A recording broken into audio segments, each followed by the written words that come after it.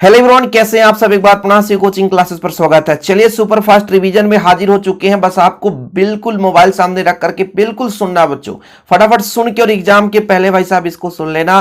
Guaranteed कहता हूं कि बहुत कुछ होने वाला है। सबसे पहले बात करते हैं बच्चों, आप लोगों को पूरा चैप्टर एक बार रिवाइज करना है, एग्जाम के पहले रिवाइज करना है ना। तो चलिए शुरू करते हैं। आत्म परिचय एक गीत के हमारे कवि हैं हरिवंशराय बच्चन जी, पतंग के कवि आलोक धनवा जी, कविता के बहाने बात सीधी थी पर कुंवर नारायण जी, कैमरे में बंद अपाहिज रघुवीर सहाय, उषा के शमशेर बहादुर सिंह, बादल राग के सूर्यकांत त्रिपाठी नाला और कवितावली लक्ष्मण मूर्छा और राम बिलाप के तुलसीदास जी, रोबैया फिराक गोरखमुखी, छोटा मेरा खेत, बगुलों के पंख उमा शंकर जोशी। टाइम लॉस नहीं करेंगे, फटाफट आगे देखेंगे। भक्तिन का बच्चों महादेवी वर्मा, बाजार दर्शन के जैनेन्द्र कुमार, काले मेघा पानी दे धर्मवीर भारती, पहलवान की ढोलक फणीश्वर नाथ रेणु, सीरीज के फूल हजारी प्रसाद द्विवेदी और श्रम विभाजन जाति प्रथा यहां पर आपके बाबा भीमराव अंबेडकर, बाबा साहेब भीमराव अंबेडकर। फिर 3 रचनाओं में आपको यहां पे पढ़ना बच्चों, सिल्वर वेडिंग मनोहर श्याम जोशी जी, जूझ के आनंद यादव, आतीत अदीत के दबे पांव ओम थानवी जी। तो ये हमारे कुछ ऐसे हैं जो कवि और लेखक नाम से, सिल्वर वेडिंग के लेखक, जूझ के लेखक, अतीत के दबे पांव के लेखक, ऐसे क्वेश्चन पूछा जाता है। तो उम्मीद करता हूं यहां तो क्लियर हो गया होगा आपका।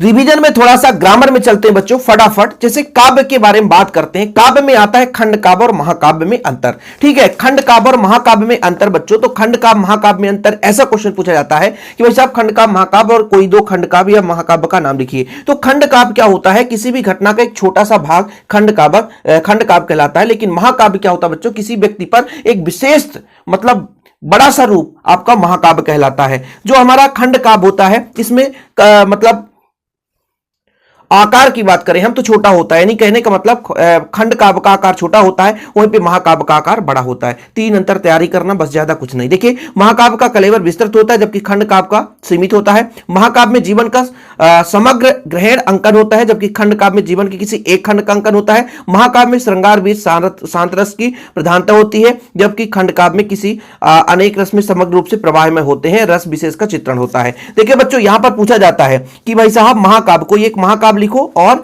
जयशंकर प्रसाद का कामायनी, खंड काव्य है आपका कालिदास बच्चों जिसका है मेघदूत। ठीक है, कालिदास का मेघदूत। ये आपका एक खंड काव्य या एक का महाकाव्य पूछा जा सकता है। ठीक है, कोई दिक्कत तो नहीं है। यहां पर देखिए कभी कभी आ जाता है भाई काव्य, आचार्य विश्वनाथ के अनुसार काव्य है रसात्मक वाक्यम काव्यम, रसयुक्त वाक्य ही आपका काव्य कहलाता है। ठीक है, कोई दिक्कत तो नहीं है। प्रबंध काव्य के भेद में आपको देखना है, महाकाव्य, खंड काव्य, आख्यानक, 3 भेद होते हैं। मुक्तक काव्य क्या होता है बच्चों, पाठ मुक्तक और गे मुक्तक। चंपू काव्य किसे कहते हैं बताओ जरा। चंपू काव्य जिसमें गद्य और पद दोनों समाहित होता है वो आपका चंपू काव्य कहलाता है। फटाफट करेंगे। रस क्या है बच्चों, काव्य को पढ़ते सुनते देखते समय पाठक और दर्शक श्रोता को जिस आनंद की अनुभूति होती है रस कहते हैं। रस के अंग की बात करें, रस के 4 अंग होते हैं, स्थायी भाव, विभाव, संचारी भाव और यहां पर बच्चों स्थायी भाव, विभाव, अनुभव और संचारी भाव 4 हो गए। रस के प्रकार की बात करें 10 प्रकार होते हैं, श्रृंगार रस, हास रस, करुण रस, रौद्र रस, वीर रस, भयानक रस, अद्भुत, विभत्स रस, शांत रस, वात्सल रस। ये आप पूरे के पूरे 10 रस पढ़ लेना बच्चों। यहां पर मैं यदि एक जैसे मान लीजिए श्रृंगार रस की परिभाषा पूछूं तो सा हृदय के हृदय में उसका स्थायी भाव क्या है, रति नामक स्थायी भाव का विभाव, अनुभव और संचारी भाव संयोग होता है, वहां श्रृंगार रस होता है। हास रस की परिभाषा कहूं बच्चों तो सा हृदय के हृदय में हास नामक स्थायी भाव का विभाव, अनुभव और संचारी भाव संयोग होता है, वहां पर हास रस होता है। ऐसे आप पूरा जोड़ लेना। यहां पर श्रृंगार रस का देखिए उदाहरण, राम के रूप निहारत जानकी कंगन के नग की परिछाई। संयोग श्रृंगार है जहां नायक नायिका के मिलन का बोध होता है। वहीं पे वियोग का मतलब होता है जहां पर बिछड़ना होता है। आप अपने हिसाब से एग्जांपल तय देख लेना।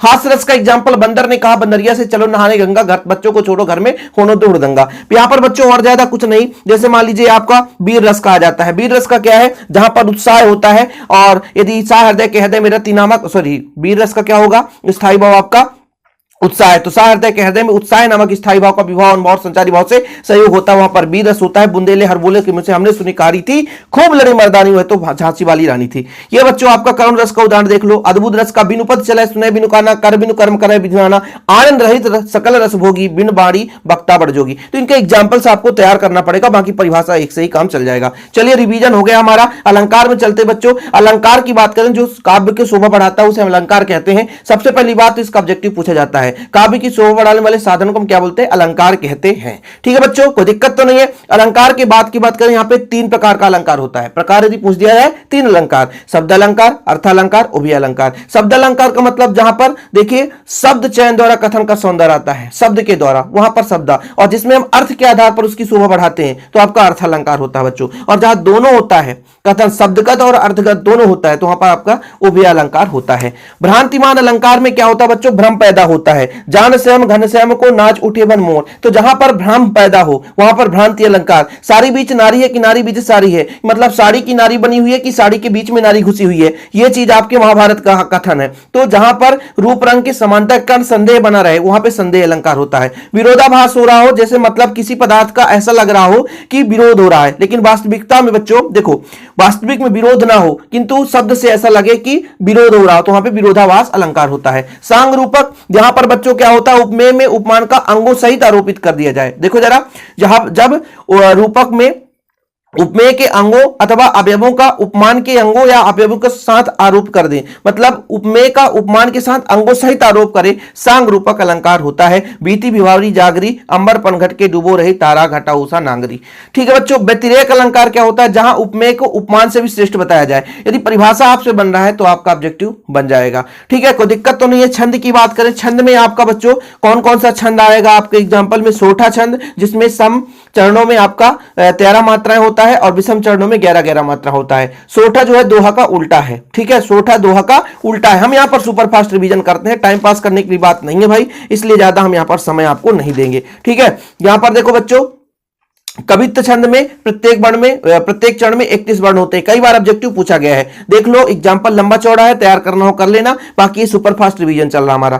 सवैया छंद में क्या होता है बच्चों? सवैया छंद में 22 वर्ण से लेकर 26 वर्ण होता है। ठीक है, और यहाँ मत्तक, इसके 2 प्रकार है यहाँ पर आपके सिलेबस में, मत्तक यंद या दुर्मिल समैया, जैसे मत्तक यंद यहाँ पर आपका है। रुबैया छंद की बात करें बच्चों, तो रुबैया छंद में यहाँ पर देखिए उर्दू और फारसी मिलाकर की यह शैली बनती है। यहाँ पर एक ऑब्जेक्टिव बनता है रुबैया छंद में कि उर्दू और फारसी का सम्मिलित रूप क्या है बच्चों? तो रुबैया छंद कहलाता है। ठीक है बच्चों, यहां तक क्लियर हुआ? आगे चलते हैं।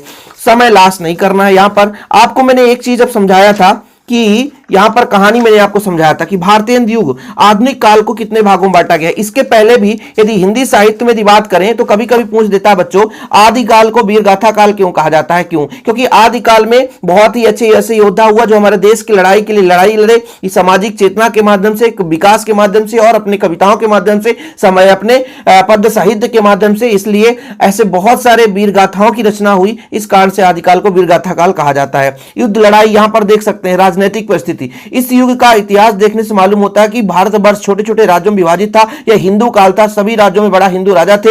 उत्तरी भारत में मुसलमानों के आक्रमण प्रारंभ हो चुका था। हिंदू राजा के परस्पर लड़ा भिड़ा करते थे। लड़ाई राज्य विस्तार के लिए होता था। स्वयंवर की प्रथा थी। कभी कभी कन्या का अपहरण करने के लिए युद्ध होता था। शौर्य प्रदर्शन के उद्देश्य में युद्ध आयोजित किए जाते थे। यह युग लड़ाई भिड़ाई का युग था। युद्ध इस युग का नित्य कर्म हो गया था। कहने का मतलब यहां पर वीर गाथा काल का मतलब ये हुआ कि जो हमारा आदिकाल था इसमें बहुत से वीर हुए जो अपने देश के लिए, अपने घर समाज के लिए, अपने परिवार के लिए या अपने साम्राज्य के लिए लड़ाई करते थे। इनमें वीर लोगों का बहुत ज्यादा कवियों द्वारा कथन, चित्रण या वर्णन किया गया। इस कारण से इसे वीर गाथा काल कहा जाता है। पद्य साहित्य के इतिहास को 4 भागों में बांटा गया। पूछा जाता है कभी कभी आदिकाल, भक्तिकाल, रीतिकाल और आधुनिक काल। बच्चों यहां पर जो आता है कि भक्ति काल का विभाजन होता है निर्गुण भक्ति धारा, सगुण भक्ति धारा। निर्गुण का मतलब क्या होता है? इसमें ज्ञान मार्गी, प्रेम मार्गी होता है, मतलब भगवान को यहां पे नहीं मानते हैं। सगुण में क्या होता है? भगवान को मानते हैं। भक्ति काल की विशेषता भी यहां पर है, देख सकते हैं आप लोग, कोई दिक्कत नहीं है। सुपरफास्ट रिवीजन में आगे चलते हैं। कभी कभी पूछा जाता है निर्गुण भक्ति धारा के 2 कवि निर्गुण भक्ति धारा के, तो कबीर जी आप लिख लेना। कबीर की जो साहित्य रचना है बच्चों, बीजक सबको पता होगा कबीर जी की। ठीक है, और ऐसे मान लीजिए जायसी जी हो गए, प्रेम मार्ग, प्रेमाश्रय है निर्गुण के। तो ये आप लोगों को तैयार करना है कि निर्गुण भक्ति धारा के कोई 2 कवि, तो आप लोग लिख सकते हो ना, एक जायसी मलिक मोहम्मद जायसी, कबीर जी लिख लेना आप लोग। ठीक है, कोई दिक्कत तो नहीं है। चलिए, सगुण भक्ति धारा के कोई 2 कवि, जैसे सूरदास, तुलसीदास, ये तो हम सबको याद होगा। सूरदास जी जो है वो भगवान को साकार मानते हैं। तुलसीदास जी है राम भगवान को साकार मानते हैं। मीरा जी है श्री कृष्ण जी को साकार मानते हैं। तो सूरदास का सूरसागर, सूरसारावली, तुलसीदास। यहां पर विशेषता बहुत ही कम पूछा जाता है। बाकी यदि निर्गुण और सगुण में विशेषता पूछ दिया जाए तो निर्गुण में आपको बताना है कि इसमें भगवान को निराकार मान करके यहाँ पर मूर्तिवाद की प्रधानता नहीं है। वहीं पे सगुण को भैया यहाँ पर भगवान को साकार माना जाता है और मूर्तिवाद की प्रधानता है। मूर्ति का कहीं ना कहीं एक प्रकार से भगवान मानकर पूजा की जाती है, लेकिन निर्गुण में मूर्ति का कोई स्थान नहीं है। ये आप अपनी भाषा में लिखोगे। चलिए आगे चलते हैं। रीतिकाल की विशेषताएं आप लोग अभी इस टाइम पे कर नहीं पाओगे बच्चों, यहां पर हम बात करते हैं। यहां पर जो आधुनिक काल है इसको 4-5 भागों में बांटा गया। भारतीय युग की कोई 2 विशेषता आ जाता है। भारतीय युग मतलब सबसे प्रारंभिक युग, इसलिए देश के प्रति प्रेम होगा तो देशभक्ति, ठीक है बच्चों। और हमारे देश में पहले भी प्राचीन बहुत अंधरूणियां थी, तो यहां पर अंधविश्वासों का विद्रोह, 2 हम याद कर लेते हैं। द्विवेदी युग, जैसे ही थोड़ा सा आगे बढ़ते हैं द्विवेदी युग में बच्चों, तो द्विवेदी युग में क्या होता है, स्थूल के प्रति, सॉरी द्विवेदी युग नहीं, पहले इसके छायावाद है। यहां पर देखिए छायावाद, इसके पहले द्विवेदी युग ये था, ठीक है। राष्ट्रीय भावना का चेतना भारतीय युग हो गया। मैंने कहा ना राष्ट्र के प्रति, है ना, और अंग्रेजी शिक्षा के विरोध। यहां पर थोड़ा सा मैं उल्टा कर दिया, द्विवेदी में हमने उल्टा बता दिया। भारतीय युग में क्या है बच्चों, स्टार्टिंग का है तो देश के प्रति प्रेम, देशभक्त की भावना होगी, राष्ट्रीयता की भावना होगी। जब हमारा 1850 से 1900 के बीच में भारत देश गुलाम था, उस समय अंग्रेजी शिक्षा चल रहा था, तो अंग्रेजी शिक्षा का विरोध करने के लिए, अंग्रेजी शिक्षा के विरोध के लिए यहां पर रचना की गई। तो कहीं ना कहीं देश प्रेम की भावना और अंग्रेजी शिक्षा का विरोध। द्विवेदी युग में बच्चों देशभक्ति तो रहता ही है, कहीं ना कहीं खड़ी बोली का प्रयोग और अंधविश्वास से रूढ़ियों के विद्रोह। बाकी छायावाद को आप 10th क्लास से पढ़ते आ रहे हो, तो प्रकृति का प्रेम, प्रकृति से प्रेम है ना, और कहीं ना कहीं व्यक्तिवाद की प्रधानता। जैसे जैसे लोग विकास की ओर बढ़े तो व्यक्तिवाद की प्रधानता, तो छायावाद में व्यक्तिवाद की प्रधानता हुई, लेकिन वहीं पे जब प्रगतिवाद में जाते हैं तो बच्चों व्यक्तिवाद का क्या हो गया, विरोध हो गया, यानी व्यक्तिवाद विरोध हो गया, व्यक्तिवाद की प्रधानता नहीं रही, ठीक है। प्रगतिवाद में व्यक्तिवाद की प्रधानता नहीं रही, है ना। वहीं पे प्रकृति का प्रेम, आपसे कुछ न बने तो प्रकृति से प्रेम जरूर लिख देना, ठीक है। प्रकृति से प्रेम सब में लिख सकते हो, कोई दिक्कत नहीं है, सब में प्रकृति से प्रेम बताया गया बच्चों। इनकी कोई कोई 2-2 रचनाएं कभी कभी पूछ देता है, जैसे छायावाद के जयशंकर प्रसाद जी का कामायनी लहर आंसू झरना, सुमित्रानंद पंत का बीड़ा पल्लव गुंजन, ये पूछा जाता है छायावाद का, बहुत ही महत्वपूर्ण है। रिवीजन कर रहे हैं, ठीक है बच्चों। और इसके बाद आपके भारतेंदु युग में भारतेंदु हरिश्चंद्र, भारतेंदु से नाम है भारतेंदु हरिश्चंद्र, प्रेम सरोवर, एक फिर भी आपको पता होना चाहिए। कभी कभी पूछा जाता है 1 या कभी कभी 2, तो आपसे 1 तो बनना चाहिए, ठीक है। इसी प्रकार से हम प्रगतिवाद की बात करें तो प्रगतिवाद में आप लोग रामधारी सिंह दिनकर, जिनका है कुरुक्षेत्र, सूर्यकांत त्रिपाठी द्वारा लिख लेना, ठीक है। कुकुरमुत्ता, ठीक है। सुमित्रानंद पंत, वैसे आप पंत ये भी छायावाद के भी हैं, लेकिन प्रगतिवाद के भी हैं, तो आप 1-2 लिख लेना बच्चों, ठीक है। चलिए इतना आपको ठीक है, इसके अलावा मैं नहीं कहूंगा आगे पढ़ने के लिए। बाकी बहुत कहानी इसमें जरूर आप लोग तैयार करो। जैसे मान लीजिए आपका क्वेश्चन पूछा जाता है भाई, निबंध किसे कहते हैं। निबंध आचार्य रामचंद्र शुक्ल के आधार पर, गद्य कविता और लेखक कसौटी होती है, तो निबंध कहीं ना कहीं गद्य की कसौटी है, ये आचार्य रामचंद्र शुक्ल के अनुसार। गद्य निबंध की कसौटी है, क्यों, तो आप लोग लिखते हैं आचार्य रामचंद्र शुक्ल के अनुसार, आचार्य रामचंद्र शुक्ल के अनुसार। यदि गद्य कवि और लेखक की कसौटी है, यदि गद्य कवि और लेखक की कसौटी है, तो निबंध गद्य की कसौटी है, ये आचार्य रामचंद्र शुक्ल के अनुसार है निबंध। कोई एक निबंधकार का नाम हमेशा पूछा जाता है बच्चों, एक निबंधकार का, जैसे भारतेंदु हरिश्चंद्र लिख दो, फुटकर निबंध, ठीक है। जैसे यहां पर आप लोग महावीर प्रसाद द्विवेदी लिख लेना, साहित्य संदर्भ, साहित्य सीकर। कोई एक तो भी निबंधकार का नाम पूछा जाएगा, तो आप लोग याद रखना, कोई एक निबंधकार, फिर भी कम से कम 1 तो बनना चाहिए, ज्यादा कर लो तो अच्छी बात है। अब पूछा जाता बच्चों नाटक क्या है। गद्य की एक विधा है जिसमें किसी भी कथन को लेकर के वर्णन किया जाता है, जिसे रंगमंच के माध्यम से दिखाया जाता है, वो हमारा नाटक है, ठीक है। और यदि निबंध की परिभाषा कोई पूछेगा तो निबंध का होता है अर्थ निधन बंध, जिसका अर्थ है बंधी हुई, यानी किसी भी रचना को एकदम सुदृढ़ तरीके से बंधी हुई, परमाजित रूप से कहीं ना कहीं कविता या कहीं ना कहीं रचनाओं के माध्यम से प्रस्तुत किया जाता है, तो आपका वो निबंध कहलाता है, ठीक बच्चों। कहानी की परिभाषा पूछा जाता है। कहानी गद्य की कथात्मक विधा है। एलन पो की कहानी की परिभाषा इस प्रकार दी कि कहानी एक ऐसा आख्यान है जो इतना छोटा है कि एक बैठक में पढ़ा जा सके, जो पाठक पर एक ही प्रभाव उत्पन्न करने के लिए लिखा गया हो। कहने का मतलब कहानी एक गद्य की विधा है जो कि एक ऐसा मतलब छोटा सा विधा होता है जिसको हम एक बार ही बैठ करके पढ़ सकते हैं और उसका प्रभाव ले सकते हैं, ठीक है। बाकी इसका परिभाषा प्रेमचंद के अनुसार नहीं पूछा जाता है। कहानी का जो पूछा जाता है बच्चों तत्व आप लोगों को मैं बता दूं, सबका तत्व आपको याद होना चाहिए। कथा वस्तु लिख लो, फिर कथोपकथन, चरित्र चित्रण, 3 बन जाएगा। वातावरण, भाषा शैली, उद्देश्य, 4 मतलब टोटल 6, तो 6 सब में लिख देना बिना सोचे समझे। पहले बच्चों क्या लिखोगे, कथा वस्तु, दूसरा कथोपकथन, फिर चरित्र चित्रण, फिर आपका संवाद योजना वही है कथोपकथन, फिर वातावरण, भाषा शैली, उद्देश्य, वातावरण, भाषा शैली, उद्देश्य। तो सबका आपको तत्व यही याद करके रखना है, परेशान नहीं होना, ठीक है। अब जैसे मान लीजिए यहां पर आप कहानीकार, ऐसा पूछा जाता है कि प्रथम कहानी कौन है, किशोरी लाल गोस्वामी द्वारा इंदुमती, किशोरी लाल गोस्वामी द्वारा इंदुमती। ठीक है, ये याद कर लेना बच्चों। आगे चलते हैं एकांकी। एकांकी का मतलब होता है गद्य की एक विधा है जिसे हम एक अंक के आधार पर इसकी रचना करते हैं, वो हमारा एकांकी कहलाता है। बाकी आपको यदि पूछा जाए एकांकी के तत्व तो वही है कथा वस्तु, कथोपकथन, चरित्र चित्रण, फिर वातावरण, उद्देश्य और शैली। ठीक है, कोई दिक्कत तो नहीं है। कोई एकांकी कार का नाम तैयार कर लेना। आगे चलते हैं नाटक। नाटक की परिभाषा बताओ भाई। नाटक एक गद्य की विधा है जिसमें एक ऐसा लेखन होता है जिसका रंगमंची के माध्यम से देखा जाता है। हाँ, नाटक में पात्रों की संख्या अधिक होती है, ध्यान रखिएगा, कई बार बच्चे परेशान हो जाते हैं। वहीं पर रेडियो नाटक में पात्रों की संख्या कम होती है। जैसे एक आध एग्जाम्पल लिख लो, भारतेंद्र हरिश्चंद्र का सत्य हरिश्चंद्र, ठीक है, जयशंकर प्रसाद का आजाद शत्रु। एक आध तो याद करना ही पड़ेगा, कोई दिक्कत नहीं है। आगे चले, उपन्यास नहीं भी बनेगा तो भी चलेगा। आत्मकथा और जीवनी में अंतर आपका होमवर्क है, इसको पढ़ लेना। रिवीजन में देखते हैं बच्चों शब्द गुण कितने प्रकार के होते हैं। कहीं ना कहीं शब्दों की जो शोभा बढ़ाता है वो आपका शब्द गुण कहलाएगा। जैसे मान लीजिए कोई काव्य पढ़ रहे हो बच्चों, कोई यदि काव्य पढ़ रहे हो तो उसकी कहीं ना कहीं कोई शोभा बढ़ाएगा जो उसके रस को आनंद देगा। जिस प्रकार से अग्नि के साथ उष्णता सदा रहती है, अग्नि के साथ गर्मी बनी रहती है, उसे रस के साथ एक गुण बना रहता है, उसी गुण को हम शब्द गुण कहते हैं। वो तीन प्रकार से होता है, माधुर्य गुण, ओज गुण और प्रसाद गुण। माधुर्य गुण में क्या होता है बच्चों, हृदय के चित्त में द्रवित होता है, मतलब हमारे हृदय में वो बस जाता है, प्रेम सौंदर्य। जैसे मान लीजिए आपका श्रृंगार रस है, हास रस है, ये आपका माधुर्य गुण है। वहीं पे जब किसी काव्य को पढ़ते समय एकदम हमारे अंदर से चेतना जागृत हो जाता है, यानी विद्रोह की भावना आ जाती है, अंदर से एक दीप प्रज्वलित हो जाता है, तो आपका ओज गुण हो जाता है। ठीक है, जैसे बुंदेले हर बोलो के मुंह से हमने सुनी कहानी थी, तो आपका ये वीर रस हो जाता है। ठीक है, वहां पे आपका ओज गुण हो जाता है। लेकिन वहीं पे आपका प्रसाद गुण क्या होता है, काव्य के जिस गुण से विशेष के कारण सहृदय का चित्त व्याप्त हो जाता है, अर्थात सहृदय में अर्थ पूरे का पूरे रम जाता है, मतलब एकदम भाव विभोर हो जाए अनुसार, तो वहां पे आपका हो जाता है प्रसाद गुण।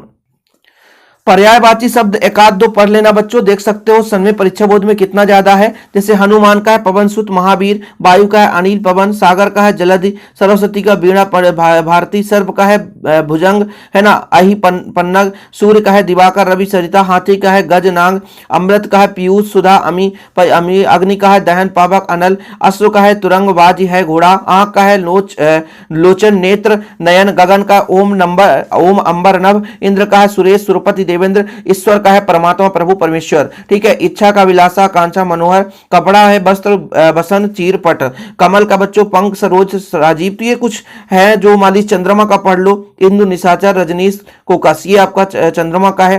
कमल का पढ़ ही लेना, पंकज सरोज, यहाँ पर गंगा का त्रिपथगा भागीरथी मंदाकिनी। ठीक है, ये आपको पढ़ लेना बच्चों।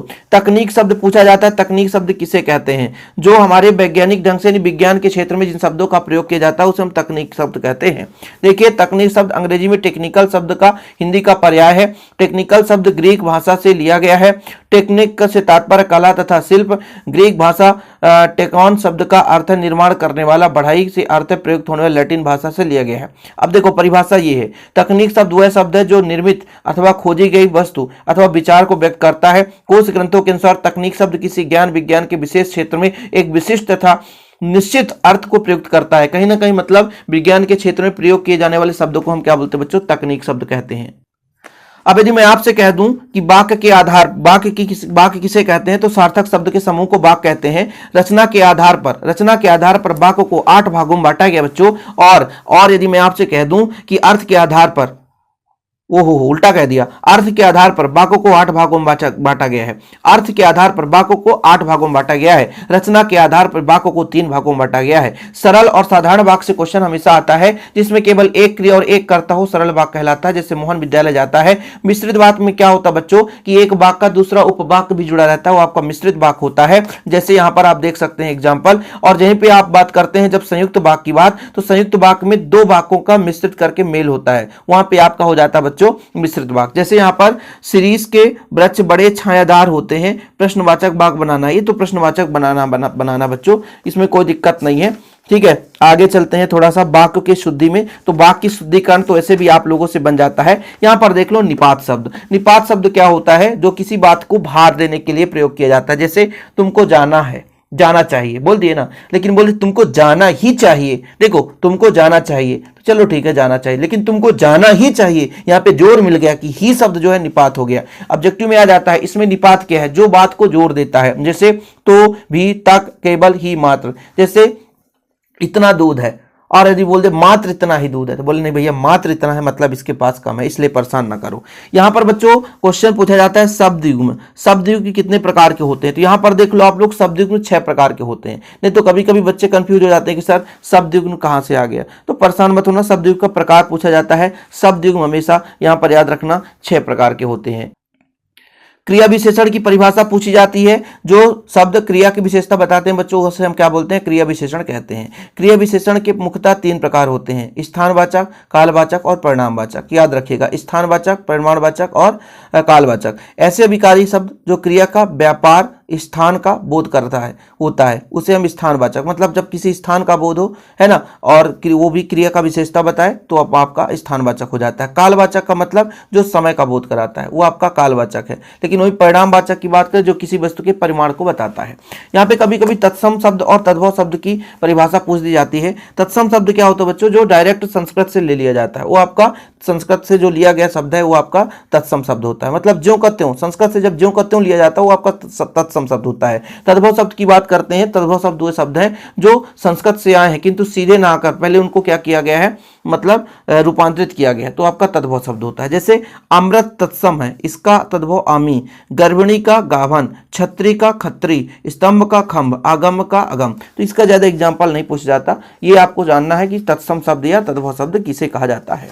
उपसर्ग की परिभाषा, कोई बच्चा ऐसा है जिससे न बन रहा हो, भाई ऐसा शब्द जो क्या होता है, पहले, उप मतलब पहले, उप का अर्थ है समीप या पास, ठीक है। इस तरह के उपसर्ग द्वारा नए शब्दों की सृष्टि की जाती है जो शब्द के पहले यानी पहले जुड़ करके जो अर्थ बदल दे उसे हम क्या बोलते हैं बच्चों, उपसर्ग। क्या बोलते हैं, उपसर्ग। उपसर्ग क्या है, शब्द के पहले जुड़ करके वाक्य का अर्थ बदल दे। और बच्चों आपका यदि प्रत्यय की बात करें तो प्रत्यय क्या होता है, शब्द के लास्ट में जुड़ करके बदल दे, वो आपका प्रत्यय होता है। ये क्षेत्रीय शब्द पूछा जाता है, वह शब्द जो किसी क्षेत्र विशेष में बोला जाता है, जैसे चूहा, खटमल, थैला, अंगोछा, लोटा, लुटिया, झाड़ू, झागड़, टंगरी। अरे भाई ये पूछा गया है इसलिए मैं पढ़ा रहा हूं, ये सुपर फास्ट रिवीजन में है, कौन नहीं पढ़ना चाहेगा बताओ जरा। वह शब्द जो क्षेत्र विशेष के लिए बोला जाता है, चूहा, खटमल, थैला, अंगोछा, लोटा, लुटिया, झाड़ू, झागड़, टंगरी आदि।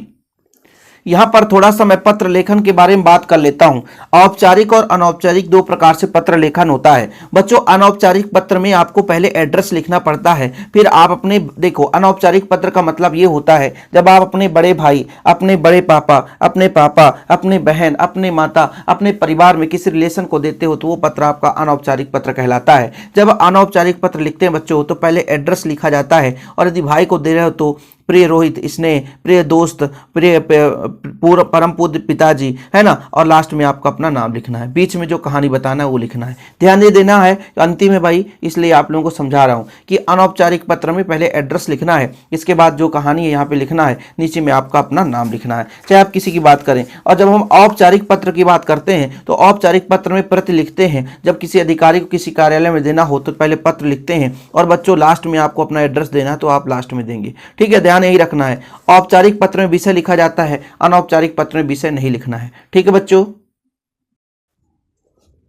अब यहाँ पर थोड़ा सा सुपर फास्ट रिवीजन में बच्चों, यहाँ पर आप समझिए कि सिल्वर वेडिंग जो है कहानी है। सिल्वर वेडिंग क्या है, कहानी है, पूछा जाता है सिल्वर वेडिंग क्या है, कहानी है, किसके द्वारा रचित है, मनोहर श्याम जोशी है। इसमें किसके बारे में बताया बच्चों गया है, बताओ जरा। यशोधर बाबू के बारे में पूरी कहानी वर्णन है, मेन पात्र जो है यशोधर बाबू है, और यशोधर बाबू के बारे में पूरी कहानी है कि नौकरी की तलाश कैसे किए, अपने जीवन में संघर्ष कैसे किए, उनका जीवन कैसा था, पूरा कंप्लीट, ठीक है। इसके बाद जब हम बात करते हैं बच्चों जूझ कहानी में, जूझ में क्या होता है कि पूरा का पूरा कहानी बचपन से लेकर के स्कूल से लेकर के और अंतिम तक पूरा का पूरा कहानी जूझ है। नहीं, जूझ का मतलब होता है बच्चों समस्या, समस्या से लड़ करके कभी आगे बढ़ता है। आनंद यादव मतलब यहाँ पर पूरा का पूरा जूझ, ये क्या है, आत्मकथात्मक उपन्यास है, मतलब आत्म मतलब स्वयं की कथा पर लिखा गया उपन्यास है आनंद यादव द्वारा। तो जूझ कहानी का तात्पर्य है पूरा का पूरा, यहाँ पर पूरा का पूरा एक प्रकार से निर्भर, मतलब एक जूझ का मतलब होता है बच्चों जैसे आप किसी चीज की समस्या से निपट रहे हो, है ना, वो आपका जूझ है, यानी समस्या, पूरा का पूरा ये चैप्टर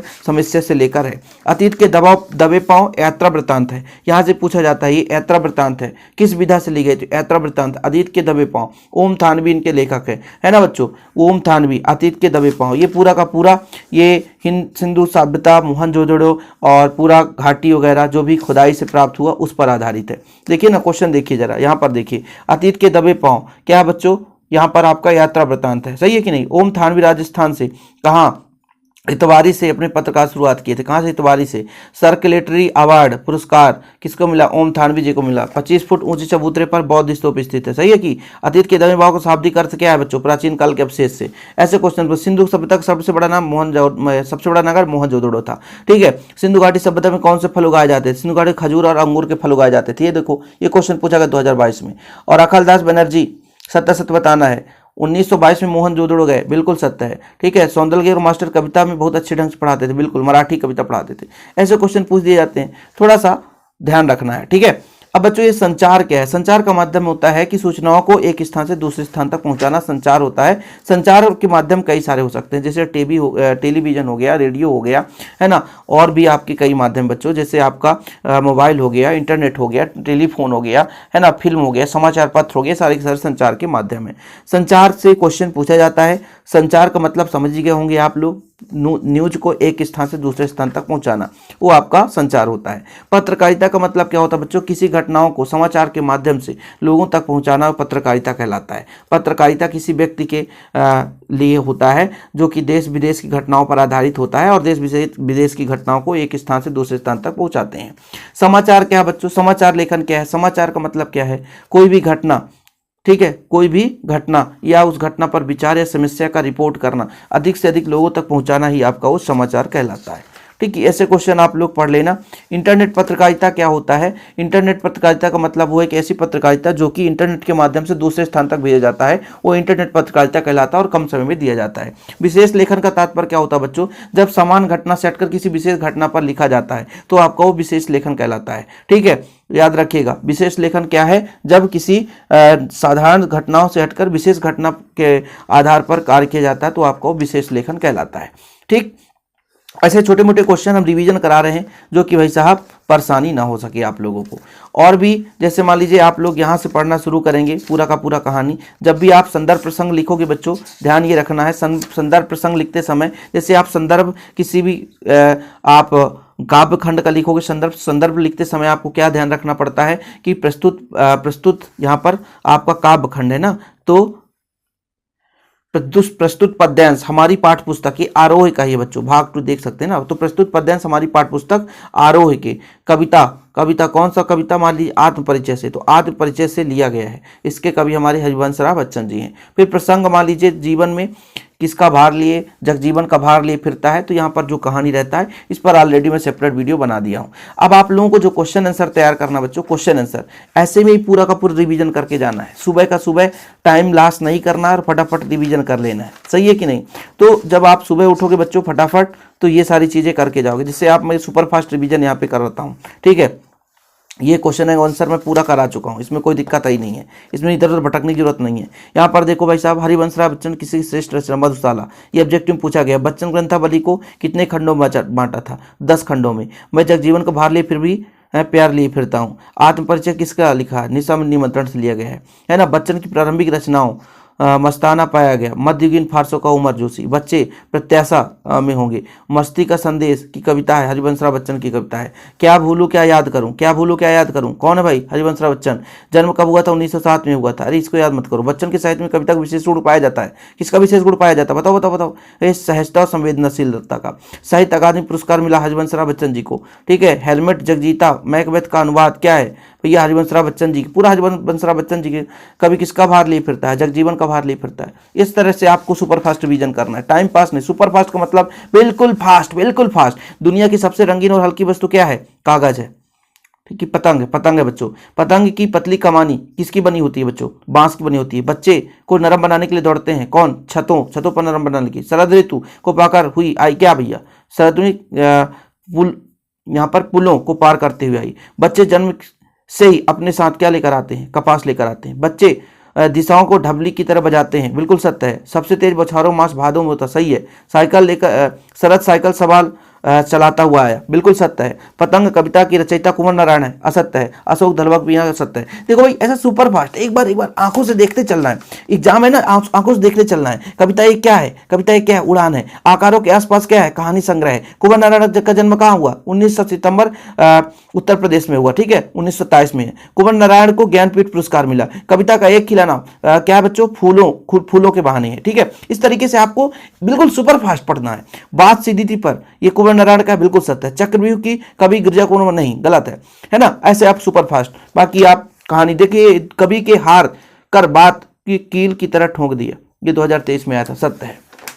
कैमरे में बंद अपाहिज, बताओ भाई। अज्ञे द्वारा संपादित 1951 में दूसरा तार सप्तक है। रघुवीर सहाय का जन्म कब हुआ, 9 दिसंबर लखनऊ में हुआ था। लखनऊ में याद रख लेना बस। समकालिक हिंदी कविता के महत्वपूर्ण स्तंभ है रघुवीर सहाय जी हैं। हम दूरदर्शन बोलेंगे, हम समर्थ हैं, बताओ। शक्तिवान है, शक्तिवान। सोचिए, बताइए आपको अपाहिज होकर कैसा लगता है, ये अपाहिज होकर कैसा लगता है, ये अपाहिज से कहानी से लेखक है ना।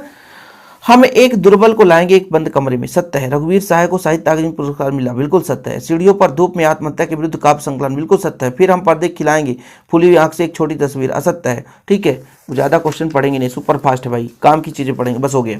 शमशेर बहादुर सिंह को उसको किसके लिए सम्मानित किया गया, कबीर सम्मान से, ठीक है। शमशेर बहादुर सिंह की पहचान किससे होती है, बिंबधर्मी, ठीक है बच्चों, बिंबधर्मी से। ऊषा कविता सूर्योदय के ठीक पहले पल पल परिवर्तित प्रकृति का शब्द चित्र है। नील जल में या किसी को गौर झिलमिल देह जैसे क्या है बच्चों, हिल रही हो। शमशेर बहादुर हिंदी और उर्दू के कवि हैं। नील संख में कौन सा अलंकार है, तो श्लेष अलंकार है। ऊषा का तात्पर्य है सूर्योदय के ठीक पहले का समय, ठीक है, सूर्योदय के ठीक पहले का समय। ऊषा का टूटता है भाई कब, सूर्योदय के पश्चात ऊषा टूटता है, जब आपका कहीं ना कहीं सूर्य उदय हो जाता है, तापमान मिलती है तब टूटता है। झिलमिल का शाब्दिक अर्थ क्या है, झिलमिल का मचलती हुई, झिलमिल का आपका मचलती हुई। किसी की में आपका क्या हो जाएगा, अनुप्रास अलंकार। इस तरीके से कवि के स्लेट पर क्या मलने की बात कही है, कवि ने स्लेट पर लाल खड़िया और चाक मलने की बात कही है। ये क्वेश्चन कई बार 2023 में पूछा गया था। तो ये होता है सुपर फास्ट रिवीजन बच्चों। देखिए बादल राग कविता के सुखों को क्या बताया गया है, क्या बताया गया बताओ, अस्थिर बताया गया है। बादल राग कविता के सुखों को अस्थिर बताया है। होने पर निम्न वर्ग का हमेशा लाभ होता है, क्रांति होने पर, ठीक है। क्रांति रूपी बादल का आह्वान अधीरता के साथ करता है, कौन भैया, किसान करता है। अस्थिर सुखों का सदैव किसकी छाया रहती है, दुख की छाया रहती है, किसकी, दुख की छाया रहती है। बादल राग के कवि कौन है, निराला जी है, ठीक है। शैशव का सुकुमार शरीर रोग शोक में हंसता रहता है, सत्य है। अट्टालिकाएं वास्तव में आतंक की भावना, सत्य है। विप्लव के रव छोटे की शोभा पाते हैं, सत्य है, ठीक है। कवि निराला छायावादी है, बिल्कुल सत्य है। अरे भाई सुपर फास्ट करना है, टाइम पास नहीं, थोड़ा सा आगे चलते हैं। आगे देखो भाई, आगे देखिए पूरा हमारा कितना कम समय में हो रहा है, कितना कम समय में। समय देखो, गोस्वामी तुलसीदास का जन्म कहाँ हुआ था, बांदा उत्तर प्रदेश में हुआ था, ठीक है। रामचरितमानस कैसा भैया, एक महाकाव्य है, ठीक है। तुलसी का बचपन का नाम क्या था, राम बोला था। तुलसी का बचपन नाम का नाम क्या था भैया, राम बोला था। बचपन कैसा बीता था, कष्ट में बीता था। तुलसीदास भक्ति काल के सगुण राम जी के कवि थे, है ना। धूत कहो अवधूत कहो, किसकी पंक्ति है भैया, तुलसीदास की पंक्ति है। तुलसीदास लोक मंगल की साधना कवि किस काल के थे, भक्ति काल के थे। तुलसीदास ने रामचरितमानस किस भाषा में लिखी थी, अवधी भाषा में, कई बार पूछा गया, अवधी भाषा में। तुलसीदास के गुरु का नाम क्या था बच्चों, तुलसीदास के गुरु का नाम क्या था, नरहरिदास का। माता का नाम हुलसी और पिता का नाम आत्माराम दुबे, ठीक है। बाकी खत्म कहानी क्वेश्चन। ऐसे क्वेश्चन भी नहीं पढ़ेंगे जो हम रिवीजन में कर ना सके भाई। फिराक गोरखमुखी के मूल नाम क्या था, रघुवीर सहाय। साधु की कुटिया की रचना किसने की थी भाई, किस विधा में है, उपन्यास में है। रुबैया में किस रस की प्रधानता होती है, वात्सल रस की प्रधानता होती है। रस की पुतली में से शायर का तात्पर्य क्या है, बताओ जरा, नन्ही बच्ची से। रुबैया कविता के रचनाकार कौन है, शायर फिराक गोरखमुखी। घुटनों में लेकर माँ बच्चे की क्या करती थी भाई, कपड़े पहनाती थी, क्या कपड़े पहनाती थी, कई बार पूछा गया। सत्य यहाँ पर देख लो। फिराक गोरखमुखी जब गोरखपुर में हुआ, बिल्कुल सत्य है। चांद का टुकड़ा शाब्दिक अर्थ बहुत प्यारा, बिल्कुल सत्य है। दिवाली का शाम घर पुते सजे, बिल्कुल सही है, दिवाली के शाम में घर पुतते हैं, ठीक है। गुल्ला नगमा के फिराक जो साहित्य अकादमी मिला, बिल्कुल गोरखमुखी को साहित्य अकादमी मिला था। चले भाई सुपर फास्ट, अंतिम चैप्टर है। छोटा मेरा खेत कैसा है, चौकोना है, ठीक है। नव पे पाती बंधे बंगलों के पंख चुराए लिए किसको जाती है भाई, किसको लिए, मेरी आंखें हैं। कवि उमाशंकर जोशी की भाषा कैसी बच्चों है, कभी नष्ट न होने वाली है, ठीक है। अच्छे शब्द का अर्थ है कभी नष्ट न होना। उमा शंकर जोशी की भाषा क्या है, सामान्य बोलचाल की है। उमा शंकर जोशी को क्या पुरस्कार मिला, ज्ञान पुरस्कार मिला, ज्ञानपीठ पुरस्कार। ज्ञानपीठ पुरस्कार। खेत की तुलना किससे गई है, कागज के पन्ने से, कागज के पन्ने से। ठीक है, बाकी खत्म, आगे पढ़ लेना आप लोग। ये है सुपर फास्ट रिवीजन की कला, ऐसे सुपर फास्ट रिवीजन किया जाता है। ये नहीं कि बस सुनते रहो देखते रहो, ऐसा नहीं, एकदम सुपर फास्ट। और भी चले ऑब्जेक्टिव क्वेश्चन, देखिए भाई, देखिए भाई, देखिए भाई, देखिए भाई, 10 मिनट और दो, 10 मिनट और दो, सुपर फास्ट रिवीजन में चलते हैं आगे।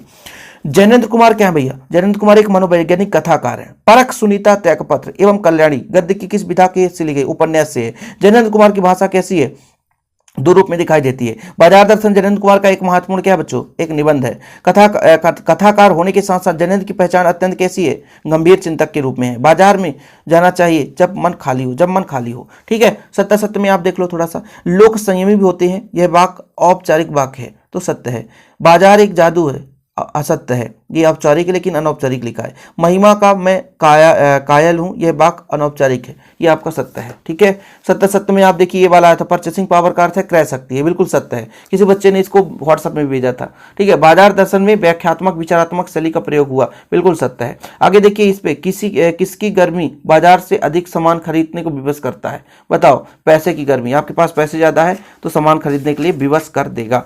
आगे चलते हैं, रिवीजन फटाफट। ठीक है भैया, देखो किशोरों की टोली की तुलना इंद्रसेन से की गई थी। लेखक धर्मवीर भारती बचपन किसके संस्कार थे, बताओ, किसके, आर्य समाज के। प्यास के मारे मरने लगे थे, कौन, बताओ भाई, यहाँ पर बताओ, ढोर डंगर। धर्मवीर भारती का जन्म कहाँ हुआ, उत्तर प्रदेश में, कभी नहीं पूछा जाएगा। धर्मवीर भारती को कौन सम्मान मिला, पद्मश्री सम्मान मिला, धर्मवीर भारती को पद्मश्री मिला। काले मेघा पानी दे पाठ रेखा चित्र है, असत्य है। काले मेघा पानी दे, देखो भैया, काले मेघा पानी दे, काले मेघा पानी दे कैसा है, संस्मरण है। काले मेघा पानी दे कैसा है, संस्मरण है, याद रखना, काले मेघा पानी संस्मरण है। मेढक मंडली की अगवानी मालाओं से होती है, बताओ किससे होती है, नहीं, असत्य है भाई साहब। ठीक है, इंदर सेना का अर्थ मेढक मंडली, ये सत्य है, इसको आप पढ़ लेना, बाकी और कुछ भी नहीं, खास कुछ है नहीं। ठीक है, जो खास हो उसी को पढ़ो सुपर फास्ट में। फणेश्वर नाथ रेणु का जन्म कब हुआ बच्चों, ये आपका हिंगना बिहार में हुआ था, बाकी इसको याद नहीं करना। मैला आंचल प्रसिद्ध है किसके लिए, उपन्यास के लिए। पहलवान की ढोला के रचनाकार कौन है, फणेश्वर नाथ रेणु है। कौन है, फणेश्वर नाथ रेणु है। रेणु रचनावली खंडों में विभाजित किया गया था, कितने खंडों में विभाजित, 5 खंडों में। शेर के बच्चे का असल नाम क्या था भाई, शेर के बच्चे का नाम क्या था, चांद सिंह। शेर के बच्चे का असल नाम क्या था, चांद सिंह। लुट्टन पहलवान ने हराया था किसको, किसको भाई, चांद सिंह को हराया था। ठीक है, लुट्टन के माता पिता उसको कितने वर्ष के बनाकर चले गए थे, मतलब अनाथ बनाकर चले गए, 9 वर्ष के। लुट्टन का खान पान कैसा था, लुट्टन 2 सेर रसगुल्ला 8-10 पान की गिलोरियां खाता था। चांद सिंह के लुट्टन पर कैसे वार किया, चांद सिंह ने लुट्टन पर कैसे वार किया, पहले मुस्कुराया फिर बाज की तरह टूट पड़ा। ठीक है, फणेश्वरनाथ रेणु को किस सम्मान से पुरस्कार मिला भैया, पद्मश्री से। फणेश्वरनाथ रेणु के परिवेश के लेकर पहलवान की ढोलक कैसे लिखी, ग्रामीण परिवेश को लेकर लिखी। पहलवान लुट्टन सिंह कितने पुत्र थे, 2 पुत्र थे, कई बार पूछा गया। किसकी आवाज मृत गांव की संजीवनी की शक्ति भरती है, ढोलक की आवाज मृत गांव की संजीवनी की शक्ति को भरती है। इसके बाद हमारा बच्चों सीरीज का फूल, ललित निबंध। ललित निबंध से क्वेश्चन देखो फटाफट, रिवीजन करो यार, वैसे भी बन जाएगा आप लोगों से। ठीक है, यहाँ पे क्वेश्चन क्या है, सीरीज किसकी भांति है बताओ। सांसारिक बंधनों व विषय वासनाओं से ऊपर उठा सन्यासी की भांति है। अवधूत है सीरीज का फूल, ये सीरीज का फूल, इसे पढ़ लेना आप लोग। ठीक है, बाकी इतना खास है नहीं कुछ।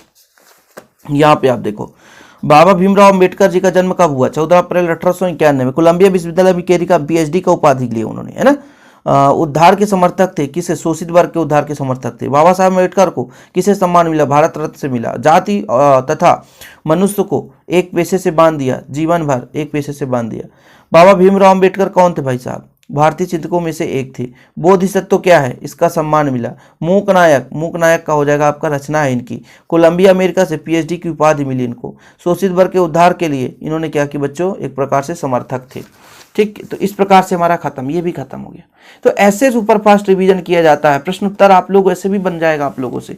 तो आप लोगों के लिए निरंतर मेहनत करने का तात्पर्य यही है बच्चों कि फटाफट आप लोग पढ़ो, ऐसा आप लोग पढ़ो। जैसे अब देखिए, ढोलक की आवाज पूरे गांव में क्या असर करता था, जैसे ढोलक बाजता था तो जो गांव के लोग थे वो बिल्कुल जैसे हैजा और मलेरिया से पीड़ित भी थे, लेकिन क्या थे, वो दौड़ने लग जाते हैं, है ना। जैसे ही ढोलक की ताल बजती है तो बच्चों के मन में गड़गड़ाहट, बच्चों के मन में लय ताल उत्पन्न हो जाता है, और जो बूढ़े भी होते हैं वो भी दौड़ने लग जाते हैं। दंगल में जो जो ढोलक की ताल होती है वो दंगल खिलाड़ियों जो दंगल में मतलब भाग लेते हैं उनके मन में जोश उत्पन्न हो जाता है। ये कहानी है पूरा, है ना, इसमें कुछ भी नहीं है। ठीक बच्चों, ये तरीका आप लोग अपने भाषा में लिखो। देखो, पहलवान लुट्टन सुख चैन भरे दिनों का वर्णन अपने शब्दों में कीजिए। पहलवान लुट्टन के सुख चैन के दिन तब शुरू हुए जब उसने चांद सिंह की कुश्ती हराकर अपना नाम रोशन किया। राजा ने उसे दरबार में रखा, उसकी कीर्ति दूर दूर तक फैल गई। पौष्टिक भोजन व राजा की स्नेह दृष्टि मिलने से उनके नाम पहलवानों की जमीन सुंघा दी, वह दर्शनीय आम आदमी बन गया। ठीक है, इस प्रकार से। अब बच्चों एक चीज मैं एक चीज ये कहना चाहूंगा कि आप लोग थोड़ा सा पाठ पढ़ लें। पाठ पढ़ लिए होंगे तो अब उससे संबंधित यदि कोई क्वेश्चन आता है तो आप लोग जरूर लिखना। कहने के तात्पर्य कैसे लिखोगे, एक भी प्रश्न मत छोड़ना। आखिरी टाइम में मैं आपको बताता हूं, एक भी प्रश्न मत छोड़ना।